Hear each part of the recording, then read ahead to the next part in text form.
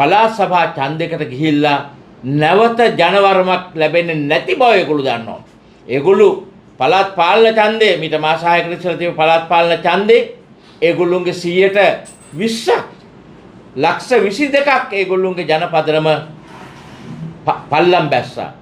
දැන් පළාත් සභා තිබ්බොත් ඒක ලක්ෂ 40ට 50ට පල්ලම් බහිනවා. ඉතින් ඒ නිසා ඒගොල්ලෝ බයයි පළාත් සභාවට යන්නේ. ඒ නිසා තමයි අපේ එක්සත් සමාජවාදී පක්ෂය ඊයේ පෙරේදා අපේ දැන්වීම් ප්‍රචාරක කටයුතු පත්‍රිකා මගින් අපි දෙමළ ජනතාවට කියන්නේ පළාත් සභාව කල් දැමීමට කුමන්ත්‍රණකාරී වැඩ කටයුතු කරන මේ අනුර කුමාරගේ ආණ්ඩුවේ මේ කූට නින්දිත උත්සාහය පරාජය කරන්න දෙමළ ජනතාව සාමූහිකව එක්සත්ව නැගී සිටින්න කියන ඉල්ලීම අපි කරනවා. ඒතර අනික් කාරණාව තමයි එයා නිකන් සිල්ලර වැඩ මේ ක්‍රිකට් ක්‍රීඩාංගණයක් යාපනයේට දෙන එක විතර අවුරුදු 10ක් 5ක් ඉඳලා කවුරුත් කතා කරපු කාරණාවක්. අලුත් මැජික් කියන්නේ නෙමෙයි. අපි දන්නවනේ රාජපක්ෂලා හදුවන්නේ සූර්යව ක්‍රීඩාංගණයක්. ඒකේ ඒ පැත්තේ ආයත ප්‍රොජෙක්ට් තියෙනවද ඒකේ? නෝති යාපනයේ හැටනම් ක්‍රීඩාංගණයක් හදුවොත් යම් ප්‍රොජෙක්ට් තියෙන ප්‍රමුත් ඒක නෙමෙයි. එයා කියන්නේ මොකද්ද? අපි යාපනයේ ක්‍රීඩාංගණය හදලා ක්‍රිකට් ක්‍රීඩාව දියුණු කරන්න ඕනේ. දෙමළ ජනතාව හා මුස්ලිම් ජනතාව අඩුතරමේ දෙදෙනා බැගින්වත් ඉන්න ක්‍රිකට් කණ්ඩායමක් හදන්න ඕනේ. අපි කියනවා අනුර කුමාරට ඉස්සෙල්ලා තමන්ගේ කැබිනට් එකෙන් පටන් ගන්න. කැබිනට් එකේ ඉන්නවද මුස්ලිම් අය? කැබිනට් එකේ ඉන්නවද දෙමළ අය 9ට? දකුණේ සමාජයේ හැදිච්ච සාවිත්‍රි පෝල්රාජ් සාවිත්‍රි ඉන්නවා. අනිත් පැත්තේ වතුකරේ රාමලිංගන් ඉන්නවා. දැන් එයා මේ යාපනයේ පදිංචි වෙලා හිටියට වතුකරේ එක්කෙනෙක්. ඇත්තට මං කියන්නේ මේ ආණ්ඩුව මේ ඇමති මණ්ඩලයේ විද්‍යාත්මකව බෙදනවා කියලා තමයි ඒගොල්ලෝ කිව්වේ අනිත් ආණ්ඩුවත් එක්ක ගත්තාම. නමුත් රාමලිංගම් මුහුදේ දැක්පු නැති මිනිහෙක්. වතුකරේ හැදිලා. එයා යාපනට ඇවිල්ලා තමයි මුහුද දැක්කේ. එයාට තමයි දීවර ඇමතිකම දීලා තියෙන්නේ. මං කියන්නේ මෙහෙම විහිළු කරන ආණ්ඩුවක් මේක.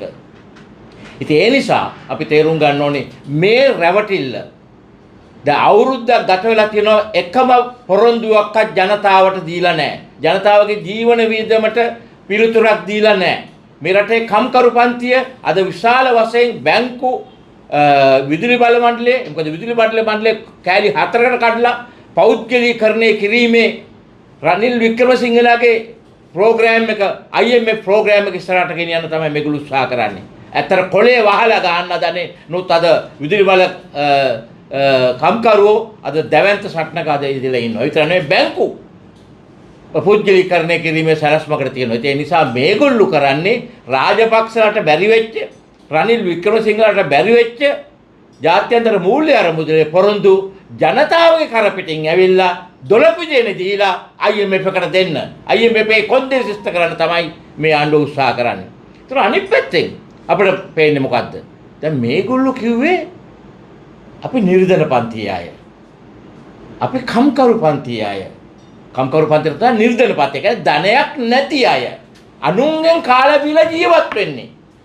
ජංගිය දෙන්නේ මට කවුරු හරි. ෂර්ට් එක දෙන්නේ තවත් කෙනෙක්. පටිය දෙන්නේ තව කෙනෙක්. සාරිය දෙන්නේ තව එක්කෙනෙක්. අන්ඩර්වෙයාර් එක දෙන්නේ තව කාන්තාවක්. එහෙම තමයි මේගොල්ලෝ කිව්වේ. කියන්නේ Tamanට ඇඳුමක් ගන්නවත් කන්න බොන්නවක්වත් සල්ලි නැති හැට තමයි මේගොල්ලෝ පෙනී හිටියේ. නමුත් මේ වත්කම් බැරකම් ප්‍රකාශ දැන් එළියට එන්න පටන් අරගෙන තියෙනවා. බැලුවහම මේගොල්ලෝ කෝටිපතියෝ නෙමෙයි ප්‍රකෝටිපතියෝ. අති විශාල මුදලක්. ඒ විතර නෙමෙයි මේගොල්ලෝගේ බැංකු ගිණුම් වල බ්‍රිතාන්‍ය පවුන්ඩ් තියෙනවා, ඇමරිකානු ඩොලර් තියෙනවා. ඒ කියන්නේ ඉහළම මට්ටමේ ධනපති පන්තිය කරන්න දේවල් තමයි මේ අය කරන්නේ. ඒ අතරතුර ඒගොල්ලෝ නලින්ද ජයතිස්ස ඒගොල්ලෝගේ මාධ්‍ය ප්‍රකාශ කියනවා නෑ සල්ලි තියෙන එකට විරුද්ධ වෙන්න ඕනේ නෑනේ අපි කවුරුත් විරුද්ධ නෑ සල්ලි තියෙන එකට. නමුත් මේ කරපු වංචාව මොකද්ද වංචාව? සතයක්වත් නෑ කියලා ජනතාවට කියලා ජනතාවගේ සතේ දෙකේ රුපියල් දෙක එකතු කරලා ජීවත් වෙනවා කියලා අනිත් පැත්තෙන් මිටි ගණන් ගෝණි ගණන් බැංකුවල සල්ලි එකතු කරපු අන්තිම ද්‍රෝහි රැවටිලිකාර කණ්ඩායමක් හැට තමයි NPP එක දකින්නේ. ඉතිහාසය ඒගොල්ලෝ කියනවා එන්නෙන් පෙරලා කොල්ලාස්සෙලා මේ වගේ අයට වික්‍රමසිංහලට පීට කැරිමලට සල්ලි තිබුණා කියලා. ඔව් ඒකට සල්ලි තිබුණා. නමුත් ඒ අය කවදාකවත් සල්ලි නැහැ කියලා කිව්වේ නැහැ.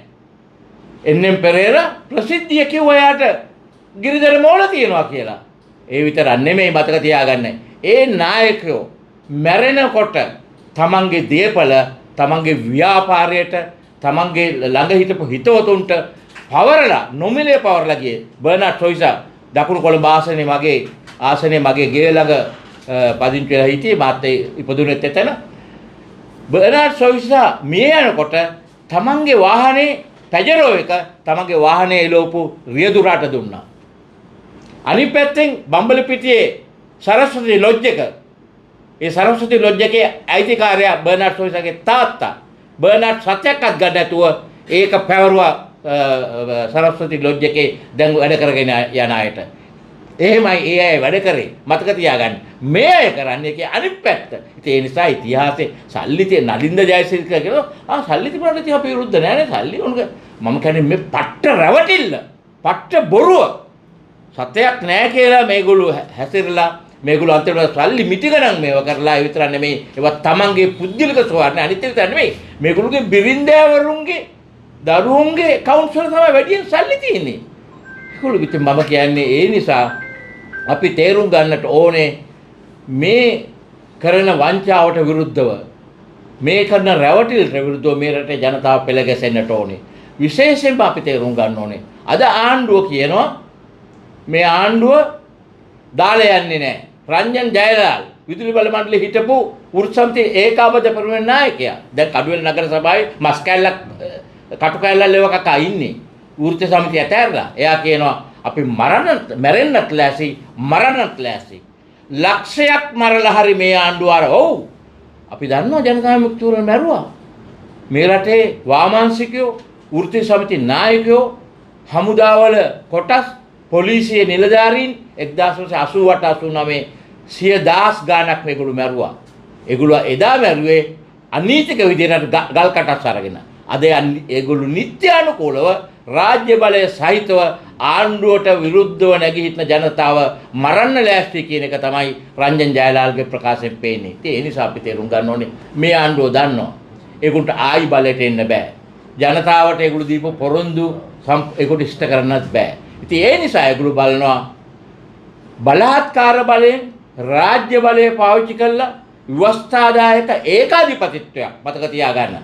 ජයාට බැරි වුණා, චන්ද්‍රිකාට බැරි වුණා, ප්‍රේමදාසට බැරි වුණා, මහින්දට බැරි වුණා, ගෝඨාභයට බැරි වුණා, රනිල්ට බැරි වුණා. ඒ බැරි වුණු ඒකාධිපති පාලනයක් මේ ව්‍යවස්ථාව පාවිච්චි කරලා ගොඩනගන්නට තමයි මේ අනුර කුමාරගේ කටින් බතල හැදීමේ ආණ්ඩුව කරගෙන යන්නේ. ඒ නිසා අපි කියන මේ රටේ ජනතාවට විශේෂයෙන්ම අපි කියන දෙමළ ජනතාව රුතුරේ හා නැගෙනහිර මුස්ලිම් ජනතාව ඇතුළත් වතුකරේ දෙමළ ජනතාව අපි කියනවා තමුන්නාසල සෑහෙන කොටසක් මේ ආණ්ඩුව ගැන විශ්වාසය තියලා. මොකද අපි දන්නවා මේ රටේ දේශපාලන නායකයෝ අවුරුදු 76ක් මේ රටේ ජනතාව රැවට්ටුවා. විශේෂයෙන්ම උතුරේ දෙමළ ජනතාව විශාල වශයෙන් රැවට්ටුවා දෙමළ දේශපාලන නායකයෝ. ඒ නිසා ඒ කලකිරිච්ච ජනතාව ඒගොල්ලෝ NPP එකේ මාලිමාවට ඡන්දෙ දුන්නා. නමුත් අද ඒගොල්ලන්ට තේරෙනවා මේ මාලිමාව වෙනත් අය රැවටුවටත් වඩා මහා රැවටිල්ලකට තමයි අද ගමන් කරලා තියෙන්නේ. ඒ නිසා අපි කියනවා මේ රැවටිල්ලකාර දේශපාලනය ඇති. අපි මේ රටේ සැබෑ වාමාංශික බලයක් ඇත්ත කම්කරු පන්ති පදනමක් දීවර ජනතාව, ගොවි ජනතාව, තරුණයන් ඒක රාශි කරගත්ත අපි ශක්තිමත් මහජන බලවේගයක් හදලා මේ රටේ සැබෑ සමාජවාදී වාමාංශික ආණ්ඩුවක් ගොඩනැගීම වෙනුවෙන් අපි කටයුතු කරනවා. ඒක වෙනුවෙන් ඒක රාශි වෙන්න අත්වල බැඳ ගන්න කියන පණිවිඩය උතුරේ ජනතාවට කියමින් මගේ වචන ස්වල්පයෙන් අවසන් කරනවා.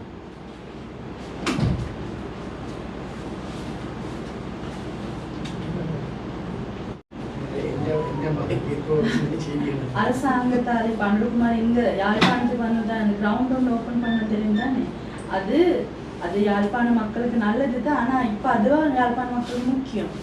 அது ஒரு கேள்வியா கேட்குறாங்க. மற்றது வந்து இந்த அவங்களோட இன்கம் டேக்ஸ் வெளியே வருது தானே. இப்போ அதில் வந்து அவங்க ஒன்றுமே இல்லை நாங்கள் வந்து அசட் டிக்ளரேஷன் வேலை செய்கிற மக்களுக்காக தான் நாங்கள் முன்னுக்கு வந்திருக்கிறோம்னு சொல்லி தான் இப்போ வந்தோம்.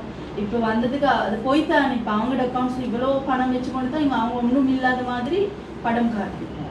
அப்போ அது சரியில்லைன்னு சொல்லி அது ஒரு கேள்வியாக வந்தது. அதுக்கு பிறகு இதுக்கு முந்தி இருந்த லெஃப்ட் பார்ட்டி அது என்ன சொல்றேன் இந்த மூத்த அது லீடர்ஸ் லெஃப்ட் பார்ட்டி லீடர்ஸ் அவங்க வந்து அப்படி செஞ்சு அவங்க வந்து அவங்களுக்கு சொத்து இருக்குதுன்னு அவங்க நேரடியாக சொல்லிருந்தாங்க எங்களுக்கு சொத்து இருக்குது அந்த சொத்தை அவங்க போல அதெல்லாம் மக்களுக்கு கொடுத்துட்டு தான் போயிட்டு அவங்க கீழே வேலை செஞ்சு டிரைவருக்கு ஜீப்பு அந்த மாதிரி கொடுத்துட்டு தான் போயிட்டு இருக்குது அந்த விஷயங்கள் தான் சொன்னேன்.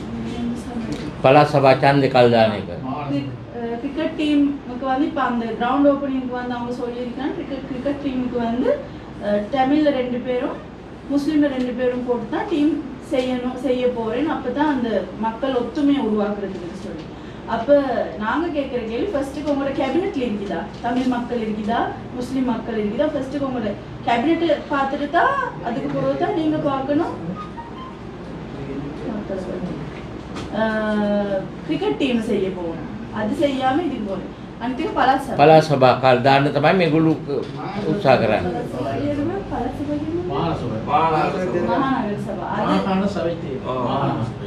அது செய்யணும்னு சொல்லி தானே அவங்க சொன்னாங்க அது மாநாடு சொல்லி தான் வந்தவங்க இப்போ அது பெருசாக போறாங்க அது சொல்லி சொல்லி எலெக்ஷன் டைம் எடுத்துக்கொண்டு எலெக்ஷன் டேட் அதான் மெயின் டாபிக்ஸ் வந்துச்சு அது கொஞ்சம் நீட்டமா பேசணும் அது போல சொல்லிக்கிறான் இந்த ஜப்னாட்ல இதுல வந்து துவேசம் மறுபடியும் வரத்துக்கு உண்டாக மாட்டேன் துவேசம் இதாக மாட்டேன் அப்படின்ட்டு பிரச்சனை வராத மாதிரி தான் நான் நடந்து கொண்டு வந்து இங்கே வந்துட்டேன்னு சொல்லிக்கிறேன் அதை பற்றி சொல்றேன் அது ஏன் யாழ்ப்பாணத்துக்கு வந்து சொல்றீங்க இதுல பார்லிமெண்ட்ல வந்து ஜப்னா மந்திரி ஒருத்தரும் இல்லை இப்போ ராமநாதன் சொல்ற வந்து அவர் வந்து எங்கோ எஸ்டேட் அவர் கடல் பார்க்காதவங்க அப்படி சொல்ல அவர் ஜப்னா மந்திரி ඒක රාමලිංග මූද දැක්කේ යාපනයට ඇවිල්ලා. அப்படிதான் அவங்க வந்து தமிழ் மக்கள் சொல்லி பிரச்சனை விளங்கும். அதான் உங்களுக்கு ஷார்ட் சாங் හරිද ඉවරද? கேள்வி சரி ஒழிக்கிறான்னு சொல்லி வந்த அரசாங்கம் வந்து அது வந்து முழுமையாக சில விஷயங்கள் வந்து கவனம் செலுத்தல மதுபான சாலைகள் லிஸ்ட்டை கூட வெளியிடல இது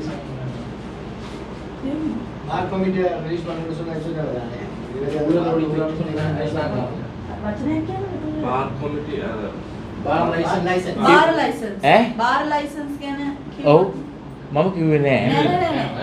නෑ ඒගොල්ලෝ ප්‍රශ්නයක් අහනවා ඔව් ඒක දෙනවා කියලා අනුර කුමාර බාර් ලයිසන් එයා මේ बार लाइसेंस දිනන්නේ. එයා ඡන්දෙට එනකොට බාර් ලයිසන් දෙනවා කියලා කිව්වා சிங்க ஆட்சி காலத்துல குறிப்பிட்ட බාර් ලයිසන් දෙන්නේ නෑ කියලා එයා කිව්වේ. இவர் வந்து அந்த ஆதார் எடுத்து லிஸ்ட்டை வெளியிடுவேன்னு சொல்லி தேர்தல் பணிகள்ல சொல்லி ஊழல் ஒழிப்பேன் கேன்சல் கொடுத்தா நிப்பாட்டணும்னு சொன்னார். ஆனால் இப்போ வந்து ஒரு வேடம் ஆகிவிட்டது. இதுவரையும் அந்த லிஸ்ட்டை வெளியிடவும் இல்லை அதுக்கான நடவடிக்கை எடுக்கப்படும். அது தொடர்பாக මේවා වයින් ස්ටෝර්ස් වලට ඔක්කොම ලයිසන් දුන්නානේ. කිව්වනේ ලයිසන් දුන්නා කියලා. ඔව්. එතකොට මෙයා ඇවිල්ලා ඡන්ද ඉල්ලද්දි කිව්වලු මං ජනාධිපතිවරු ගමන් ඒ ලයිස්තුව එළියට කාට දානවා. කාටද ලයිසන් දීලා දෙන්නේ කාට කාටද දීලා නැත්තේ. ඒ කට්ටියගේ ලයිස්තුව දානවා වංචා කරන කට්ටියව මම අල්ලනවා. එහෙම කියලා තියෙනවා. ලයිසන් නැතුව කරන කට්ටියව අල්ලනවා කියලා තියෙනවා. එහෙම කරේ නැහැ කියලා තමයි මේගොල්ලන් කියන්නේ. ඔව් ඇත්තට ලයිස්තුව පිට එළියට දැම්මේ නැහැ කියලා කියනවා. මේගොල්ලෝ ඔය කියපු දේ ඇත්ත. ඒගොල්ලෝ කිව්වා රනිල් වික්‍රමසිංහ බාර් ලයිසන් දීලා තියෙනවා නීති විරෝධී ලෙස ඒවයි නංගන් එලි කළා ඒවා තාහනම් කරනවා ඒක එලිදරව් කරනවා කියලා. ඒක ඒගොල්ලෝ කරේ නැහැ. ඒගොල්ලෝ ඒ විතරක් නෙමෙයි මතක තියාගන්න ඒගොල්ලෝගේ මේ ආණ්ඩුව ආවට පස්සේ රේගුවෙන් කන්ටේනර් 323ක් එළියට දැම්මා. තවම කිව්වද ඒ කන්ටේනර් 323 අයිතිකාරයෝ කවුද කියලා? අපි කියමු මේ අනිත් ඒවා ඕනේ නැහැ. අර මගේ ෆෝන් එක වදිනවනේ. පොඩක් මම නැවත කියන්න. දැන් මේ කන්ටේනර් 323ක් මේගොල්ලෝ ආණ්ඩුවෙන් එළියට දැම්මා. අඩුතරමේ දැන් ඒවයි තිබුණේ මොනවද ආයුධ තියෙනවා මේ බෙහෙත් ද්‍රව්‍ය තියෙනවා තහනම් මේවා තියෙනවා අයිස් තියෙනවා ඒ වගේ නොයෙකුත් ඒවා අපි පැත්තක තියමුකෝ අපි දන්නේ නැහෙනි. නමුත් එහෙම නෙමෙයි. ඒ 323 අයිතිකාරය කවුද කියලා මේගොල්ලෝ කිව්වද? නෑ. ඇයි? ඒගොල්ලුන්ගේ මේ බස්නාහිර පළාතේ ආණ්ඩුකාරයට අයිති 60 ගණක් තියෙනවා. ඒ ලයිස්තු වල. ඉතින් ඒ නිසා බාර් ලයිසන් දීපු එක විතරක් නෙමෙයි මේ ආණ්ඩුව තනිකර ඒගොල්ලෝ කියපු දේවල් කරන්නේ නැති ජනතාව රවටන නමුත් මේ රවටිල්ල අද ජනතාව හොඳටම තේරුම් අරගෙන තියෙන්නේ ජනතාව බලාගෙන ඉන්නේ අවස්ථාව ලැබෙනකන් මේ ආණ්ඩුවට නිසි පාඩම උගන්වන්න.